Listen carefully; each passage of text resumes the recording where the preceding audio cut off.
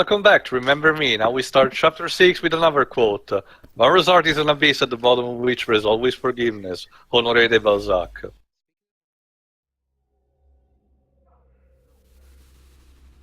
The raid on La Bastille ended with Anyway, nothing but we start again with Nilin subconscious doing her own monologue shit. Because why not? my past still eludes me.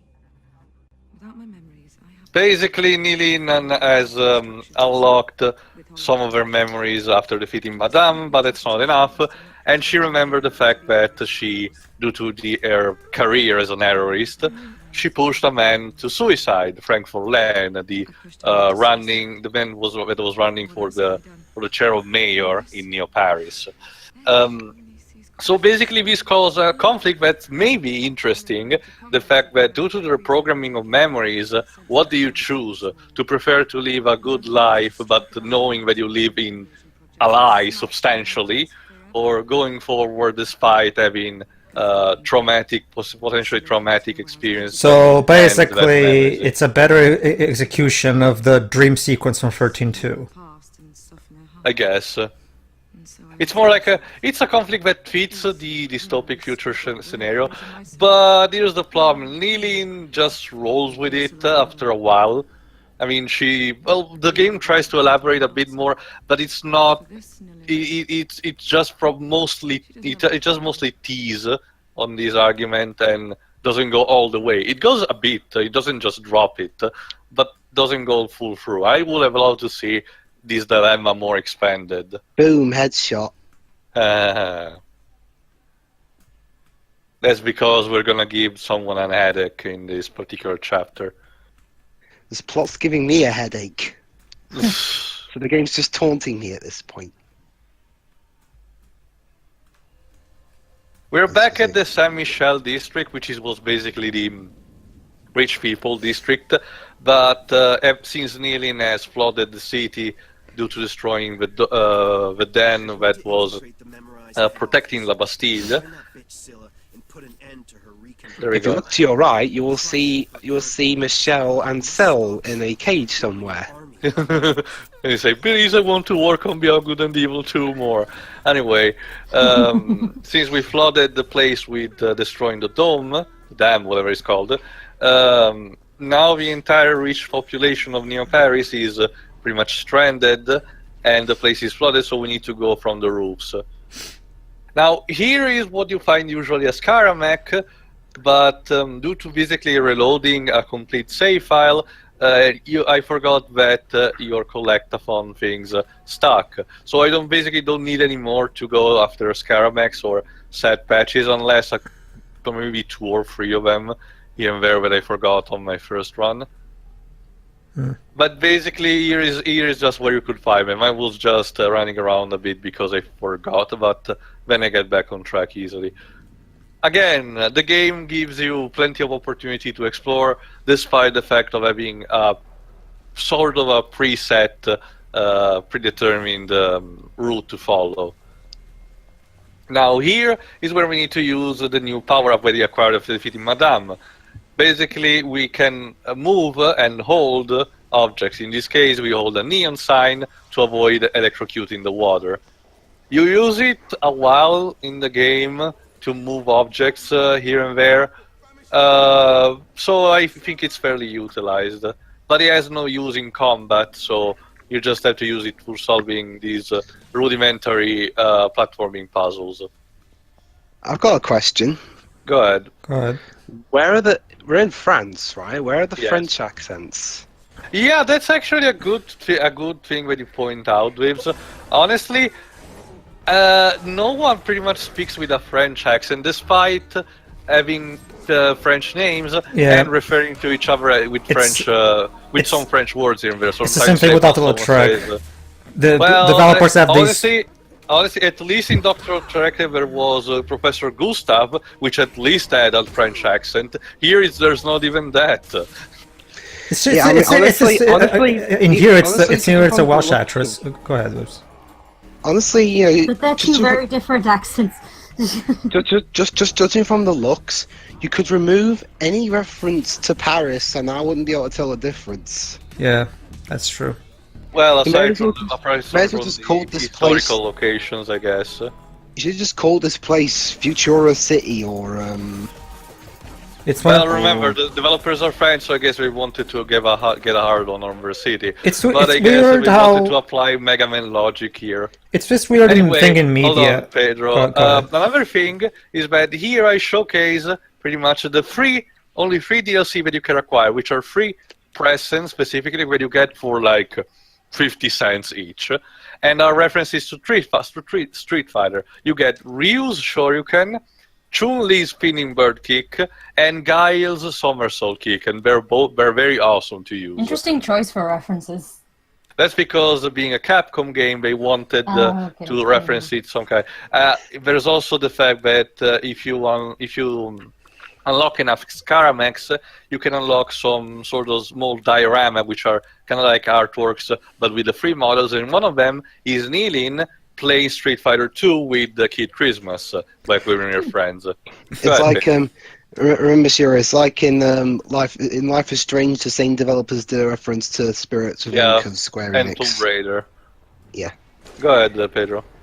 It's this weird thing with media where they're trying to represent an European country, and they just it's this thing where they must think, oh, okay, we don't actually, it's just so we don't actually have to get actual actors from that specific country, or at least actors who can perform that kind of, because that's too much of a bother. Let's just do the generic thing in British accents, because that's the English way, that's the English language equivalent of European, just Remember, if British. you're speaking And in much English, different. you're automatically British.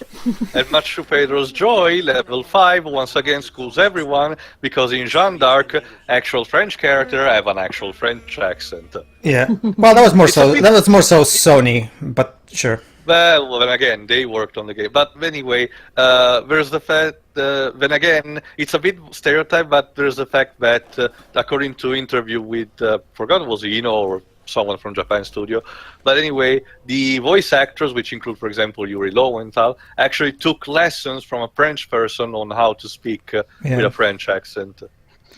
So they did their own work. It's Jeanne d'Arc is a Sony IP, so I'm pretty sure Japan Studio was the one actually in creative charge of how localization was. Sony in general was probably the one. I'm pretty sure they were the ones in charge of how That's localization was probably the handled. reason why that game never came to Europe, for fuck's sake. Yeah, that's you weird. You make a game set in France during one war and don't even bother to localize it for makes its no origin sense. country. I know, right? Yeah, especially considering it's Sony. I mean, Sony never has any. Sony has unlimited resources in terms of localizing their stuff. Why? And it wasn't even at the end cycle of a PSP. It was pretty much in the middle. No, no. The game released in 2007. Region 3. If I remember correctly, the game released in 2007, and the Yeah, PSP released in 2005, didn't it? Or was it So 2006? yeah, it was pretty much in his prime year. Well, even before his prime years. Yeah, so there was literally no reason to not localize that in Europe. I mean, yes, like Dave said, yes, we get it. The PSP is region free, so it's just a matter of importing the game. But at the same time, we shouldn't really have to do that But because it's European focused. because shipping can get really. Fortunately, nowadays no longer anymore. Nowadays you can just get it from eBay at a very cheap price, so it's not a problem. But back in the day, it wasn't as easy. Yeah. Anyway, Ed just told us to get through the roof and just ignore the key devastation. How did you recruit me to the area? Well, Teo, it's not longer going to be like that anyway, because now that Richard Marconi, what is the translation director level 5, now level 5 is all about Welsh accents. So, sorry. You know, sometimes. All right. Which is interesting because Richard is Australian. So, yeah, well, apparently Australia Nilin- does have a place called New South Wales, so... Yep, So it does. apparently Nilin was recruited into the terrorist cause pretty much by accident and because she seemed to be very depressed. We'll understand more why she joined the terrorists later on. Go ahead, Shiri. Oh no, I was just clarifying something Doob said. Okay. All right. Yeah, the whole Australia... Back to previously though, like speaking of French directors, I find it interesting how after all this time of waiting, Beyond Good and Evil 2 is going to be a prequel. I mean, imagine if Shenmue 3 was a prequel. It was established to be a prequel, as I told you, the moment Michel Ansel not tweeted, but put those images on his Instagram, which was, forgot, I think, at the beginning of his year, but I forgot. But you're right in the fact that the development cycle has probably been re-scrapped Final Fantasy 15 style, because the first trailer showed a complete proper sequel instead, with characters from the first game, and that was even back in the day. So a lot of years has passed. Then Ubisoft comes along and said that now it's in development and it's a prequel. So obviously they probably scrapped whatever original development was there for, and we're now rebuilding it with this idea in mind. I guess, sure. I mean, I get that I get that some people didn't like the would have liked to see some kind of follow-up to a Lost Future. But at the very least, from what Lost Future didn't end on a cliffhanger. I guess, yeah. Yeah. Plus, we are getting a continuation, but sort Technically. Technically, Layton's Messenger takes place 20 years after Lost Future, so technically this is the follow-up. Wait a minute, 20 years and they still don't have mobile phones? Remember this, we're going for the traditional, stereotypical, old school London where everybody wears a top hat, and they're always drinking tea. We're still not 100% sure on the time period, though. but then why were there modern airplanes? Shh. Remember, this is fictional London, and it is whatever Hino wants it to be. Okay. It's London we all wished we lived in. Yeah. It's like a series of unfortunate events. It has very old, more specifically the TV show. It has like old-fashioned clothes and cars and houses, and yet they keep referencing the internet and Netflix. I'm guessing you guys will appreciate what the Wonder Woman movie did in terms of literally having Diana literally said that London is a crap place. Yeah. And then Chris, but of course Chris, for the sake of balance, Chris Pine goes, yeah, it's not for everybody. Yeah, pretty much. Alright. Now, the area is being infested with leapers due to the fact that the place has been flooded and the leapers used to live in the subway. So the citizens are pretty much screwed, but Edge, as he told before, said to just roll with it because, they're the upper class, so we, the people, we need to take powers and shit. Awesome. So now we're getting close to memorize his HQ. Well, not HQ, more like the offices where the CEO is residing, and we need to, quote unquote, reprogram, in a sense, to reprogram her memory. But here we have another section with those leapers that can turn invisible. Thankfully, we have a light source for now, so we can actually see them and actually properly kicking them. I was going to say, for a few seconds there, you really timed the kicks well with the rhythm. Not intentional. Although, again, as I mentioned, the combo system is really great, honestly. But oops, the light went off, so you just have to either use the Sense and DOS, which gets all the leapers dizzy, or just wait when the neon sign reactivates for a while. So basically, this is a bit more challenging fight that you have to do, but it's not too much of a big deal if you know what you're doing. Again, there's only one major difficulty spike in the game, and it's way later on near the end, so when we'll get to that, I'll mention it. Yeah, that's got me wondering. Every time someone says difficulty spike, I can just imagine it now. There's actual literal difficulty spikes that appear out of nowhere, and you have to Well, did you know the analogy that Johnny made when talking about Cave Story? No, I can't remember. Alright. He says, I forgot if to quote properly, but let me say, allow me, I think the way to get to the normal ending in that game is like a traditional walk in the park. You go there. Imagine getting to the having to get to the perfect ending being a sudden 50-foot mountain near that's blocking your path with your house on top of it. Jeez. Yeah, trust me, dude, don't even get me started on difficulty spikes because the final dungeon of Blue Dragon pissed me off so much while recording that Let me guess. They do even a boss rush or something. No, it's not that. It's the fact that the game literally, it's not even a difficulty spike. It's a difficulty stalagmite. Like, No, weird. For a game like Blue Dragon that loves to just hit the checklist of cliché, I would have expected a boss rush. Also, yikes. Yeah, here, if you don't pay attention and just open the door rushing, that drone is gonna kill you, so... it's gonna kill you! Yeah, it's gonna kill you. Now, very good. Now you need to go there. There's gonna be a section, I think it's near here. No. Here is what introduced to another enemy type. It's still new guard.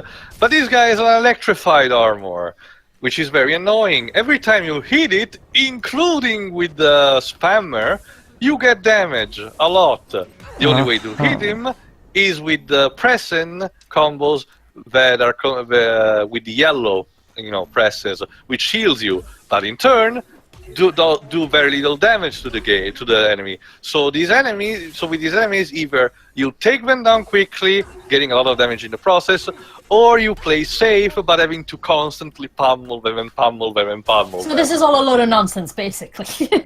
It's more like a small sponge enemy that's just there to annoy you. Later on in the game, you get a tool that allows you to defeat them quickly, but you cannot abuse it, so it only helps you so far, pretty much. Oh, there you go, that's the section I was talking about. Here, you have to be very specific in a sense that you need to know where to close two doors in order to avoid the drones opening a door on the other side and then trap the drones in so you can pass freely. It's a question of timing and perspective. Now here, for example, you need to open this door. Come on. Anytime. There you go. Jump immediately after the ear, and so that the second drone will change his route to get here. Now you have to open this door here, wait for the first drone to get in, and trap him inside like that. Now you just need to wait for the drone to get in and then sprint it. However, I wanted to play safe and just wait until he got there a second time.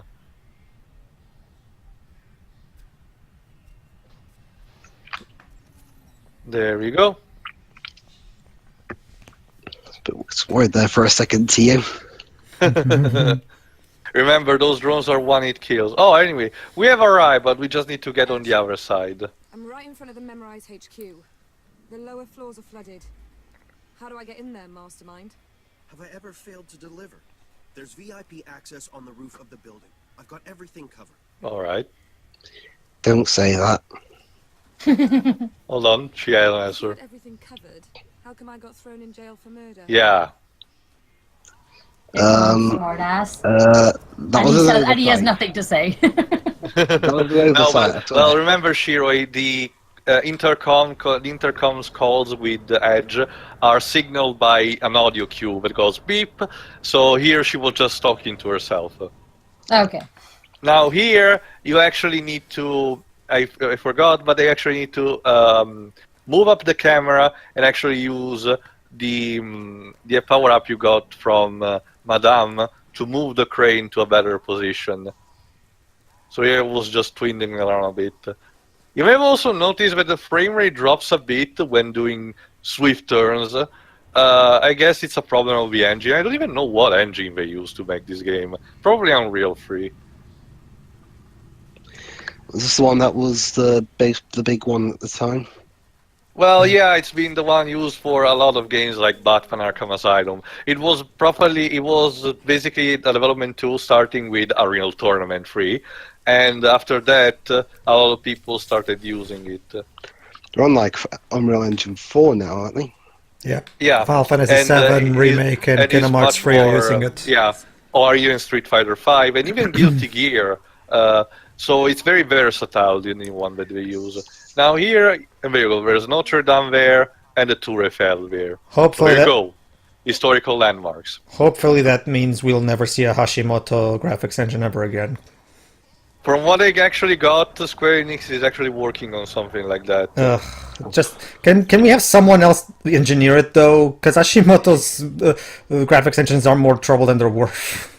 Yeah, Oh, good wait, I intentions, don't think bad he- execution. Don't you see, Pedro? He won't stop until he works on an engine that's so power consuming it will blow up your console. I guess, yeah, but sheesh.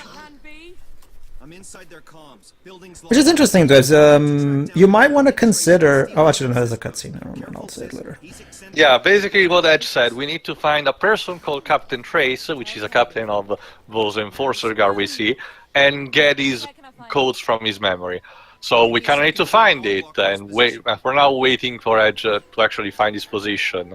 But don't worry, the game actually got us covered in that case. So Because yes, he actually is who find us. How cute. Hang on, I'm being called. All that for Go ahead. Pedro. Sure. Freeze. For a moment there, it looked like she literally does the same gesture that York does. So for a moment there, I thought she was gonna go. Zack. So, He found me. so yeah, we need to run the fuck out. Now, this chase sequence is particular in a sense that as long as you run, you pretty much guaranteed to be never shot.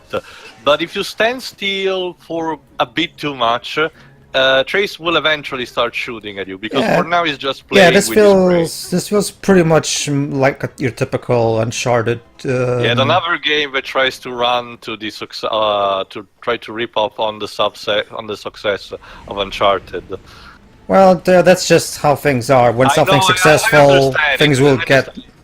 I understand it was famous, so obviously they wanted a piece of the cake. Oh shit. That's how media is, and it's always how it's gonna be. Yeah, I'm not acting like it's never happened before. Now here in the... And now, hold on, now here you need to climb this abandoned building, but for some reason, and I don't understand why, he starts comparing the situation to Little Red Riding Hood. Why? How, like, what version of the story did they read? I guess they're trying to be clever and quirky with the analogy. Yeah, I guess, because this guy is all about puzzles, riddle, and so he's a bit eccentric, quote unquote. But It's no. it's kind of like with the Wachowskis, you know, with their Alice in Wonderland analogies they make in the Matrix trilogy. It's I guess, the problem is that those analogies are just there, like they're not like it's just something, one of those things where, oh, okay, this is Yeah, kind of. here I it's- imagine you're it's- fitting like a bit like Alice. Okay, nice Alice in Wonderland reference Yeah. for some reason. it's completely out of nowhere, and it doesn't make the game any more deep or anything. No, not really. And it just serves for a stupid quote that you will see later, because, of course. I have yet to see the rest of Life is Strange, so obviously I'm not going to judge on anything aside from episode 1. But I have yet to be convinced by this. Don't get me wrong, I'm not saying they're bad developers. It's just that I think like the gameplay in this game is fine. It's just and Life is Strange, for what it's trying to be, it seems to be like a really good story-driven Telltale style game. It's just that their writing is still yet to convince me, because their writing is quite spotty. Seriously. Yeah. Now you have to fight 2 guards, but they're very standard uniform, so they're pretty easy to deal with. Anyway, Pedro, what are you saying I should consider? You should consider checking out your PS4 and see if you can free up as much free space as you can on any games that you don't play anymore. Because I have a standard PS4 as well, and Final Fantasy 15 doesn't do anything particular loud or no to my PS4. So there might be, maybe you might want to consider releasing up as much free hard drive space as you can. Well, I was playing Nier Automata for a bit today, and Yeah. that was kind of... Yeah, Nier Roasting Automata does that to me as well. Yeah, Nier Automata probably was designed more with the pro in mind. It runs fine on the standard PS4. Don't get me wrong. It's just that it makes the PS4, the standard PS4, I mean, go all noisy. It's literally being pushed to its limit to run the game. Yeah, I can never play a game like that during the night. Otherwise, I'd wake people up. Well, really, it's that noisy? I mean, It's that loud. Jeez. no, it's not. I mean, don't get me wrong. You do notice the noise when I do it, but to the point where it would wake people up. The room in the PS4 is near me folks' bedroom. I I guess. understand, Weebs, don't I've worry. never had a PS4 myself, but my PS3 only made noises like that when it was on its way out. Your original one, you mean? Yeah. All right. Well, that's it. Well, I'm guessing you had the original model, the original fat Yes. model. Yeah. The original fat model of the PS3 was a pile of garbage. So Yeah, there was a common joke, Shiroi, where people used it, there were photos of people using it more like a barbecue grill. yeah. I am aware.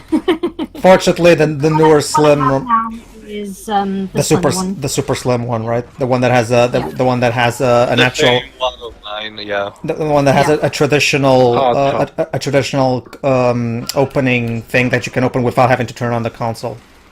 Yeah. Yeah, that's the one I also have right now because the other Slim that I had also went to bite the dust.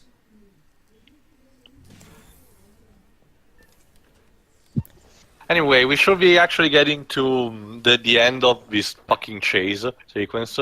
Thank goodness. Oh. Oh, fuck you too. Who said that? It was a civilian. It's not even just It must be the invisible civilian then. No, she was actually running away. to give you an idea, Shiroi. It got to a point. Oh wait. No, go ahead. It got to a point where some fat PS4s literally could not run The Last of Us because The Last of Us pushes the PS3 to its utmost limit. And as Well, a, I remember Go I ahead. remember my brother playing Last of Us on our fat PS3. that well, we had I said since, some Dwibs, not all of them. 2008, 2007, and it was 2008, and I could run it fine. Yeah, it can. Like I said, it's some of them. Yeah, It's it probably depends on the models too. yeah. The single models, The I thing, mean. yeah, the thing is that it got to The Last of Us is literally almost too powerful for the PS3 to handle. So now we got a Steel Tracer's memory. Yeah. That's because we're actually close to him, so we just need to play a bit stealthy here and actually get on the higher ground and getting his memory. And of course, Nilin will do it, but in the process, we need to. Obviously, since it's a Capcom, we need to be like Dante and spouting a cool line. And so, what did they choose? Just watch. All right, let's see. Yippee-ki-yay, motherfucker. Hold on. Red Riding Hoods. Got a basket full of kickers. I can't even. Not even. No, hold on. I'm going somewhere. This is. Hold on. That is a direct quote, and I'm going to leave it dangling here like a corpse on a gibbet while we consider that someone charged actual money to write it. Christ. Yeah. Christ, half of Dante's DMC 2013 lines are better than that. Not just that, but this goes back to the Wachowski's fallacy that I made before. I mean, why are you making these fairy tale references?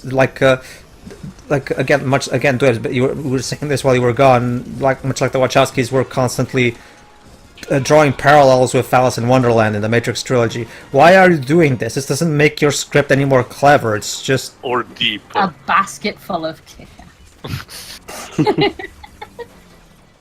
I need to stress things out again. Dante in Devil May Cry 3 and 4 had actually these badass quotes, but they actually worked because they were integrated with the plot, or they were actually just wrote in a good way. yeah, not just that. Here is just for the sake of making Nilin badass. No, like I just said. I mean, whether you find the ones in DMC the reboot funny or not is entirely up to you. But at least they make sense in the context. That's that. I think that line in particular, that's the kind of line that I think only Schwarzenegger could have made it sound cool. My guess is actually that that line was actually asked by Capcom developers to actually put it in, because again, it seems also to conflict with the style that Donald was using up until this point and will use later on. It's pretty much a big leaped alligator moment. Nilin does this only now here. Don't get me wrong. That then doesn't mean her personality suffers because of it. She's still this strong, independent woman thing. Don't get me wrong, But, Theo. Sorry, go ahead. Go ahead. No. Don't get me wrong, Theo. I'm not saying your theory is not what happened. I don't know, but at the same time, I don't want to completely discard the alternate, which is just as plausible. Which is the fact that just the writer just doesn't quite get this. No, I get that, but well, considering how isolated this thing is, it sounds more like PR involvement rather than just. I'll just say this, Theo. Let's not forget the Navajo chapter in Beyond Two Souls. No, the problem to me with that is how pointless it is in the wrong. Yes, not just that, but it's completely out of place with the rest of the game.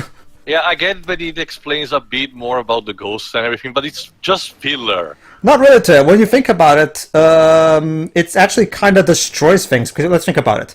Throughout the rest of the game, we're learned to believe that we need science, and they've done this research for various years, so they can finally open a portal. But now we're just supposed to believe that a bunch of Indians, a bunch of Navajo people, a bunch of Navajo people just managed to open a portal by just chanting. Like, of course. It's so stupid. Anyway, see you for the next part. In the next part we'll enter the HQ and meet Scylla Cartier-Wells. See ya. See you, everybody. See ya. See ya.